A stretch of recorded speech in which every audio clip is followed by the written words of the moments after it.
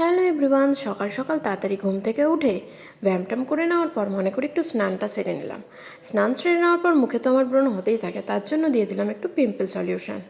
স্কিনটাকে ঠিক রাখার জন্য দিয়ে দিলাম সোসফট একটা হচ্ছে সিরাম। সেই সিরামটা ইউজ করার পর বাইরে বেরোনোর আগে আমি 10 মিনিট আগে সান প্রোটেকশনটা মেখে নেব।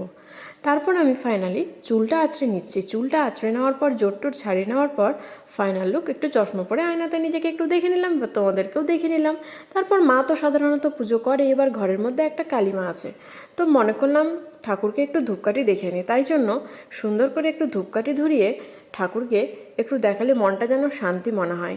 এমনি নর্মালি মাও কোনো দিন পুজো করে, আমিও কোনো দিন পুজো করি, তো আজ মাই পুজো করলো, তাই মনে করলাম ঘরের কালীমাকেই একটু ধূপকাঠিটা দেখিয়ে নিই।